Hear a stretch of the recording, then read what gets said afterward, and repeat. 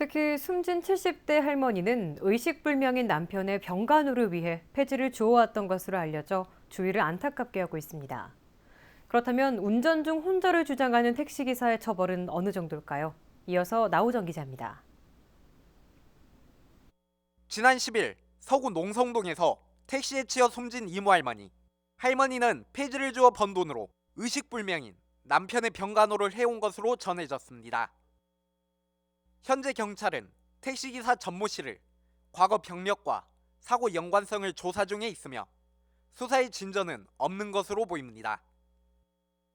한편 전 씨는 업무상 과실치사죄로 금고 5년 이하 2천만 원의 벌금에 해당하는 처벌을 받을 것으로 보입니다.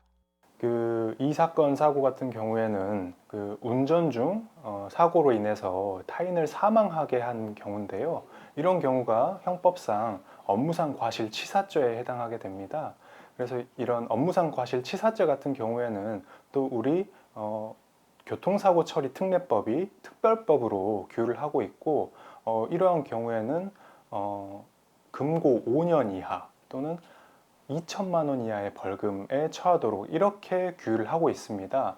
그래서 이 사건 운전자 같은 경우에는 구체적인 형량은 피해자와의 합의 유무 또는 본인의 과실 아니면 운전 경력 이런 것들을 종합적으로 고려해서 형량이 정해질 것으로 보이는데요.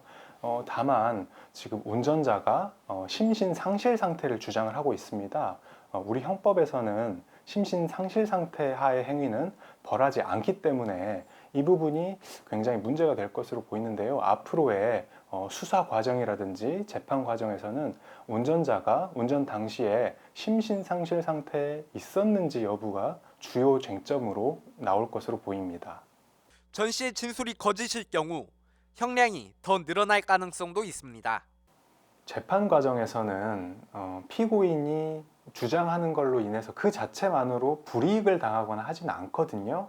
그래서 이 운전자가 심신 상실 상태에 있었다라고 주장을 했지만 받아들여지지 않는다라고 하면 그것만으로 뭐 괘씸죄라든지 이런 것들이 성립하는 건 아니고요. 다만 형량이 좀 더 높아질 뿐입니다. 그러니까 심신 상실 상태에 있으면 처벌을 안 받을 것을 이제 그 심신 상실 상태가 인정이 안 되면 이제 처벌을 받을 텐데, 결국에 처벌되는 수위는 피해자와의 합의 유무라든지 이분의 경력, 그리고 뭐 재판 과정 또는 피해자를 대할 때의 어떤 태도, 운전 경력 이런 것들을 종합적으로 고려해서 따집니다.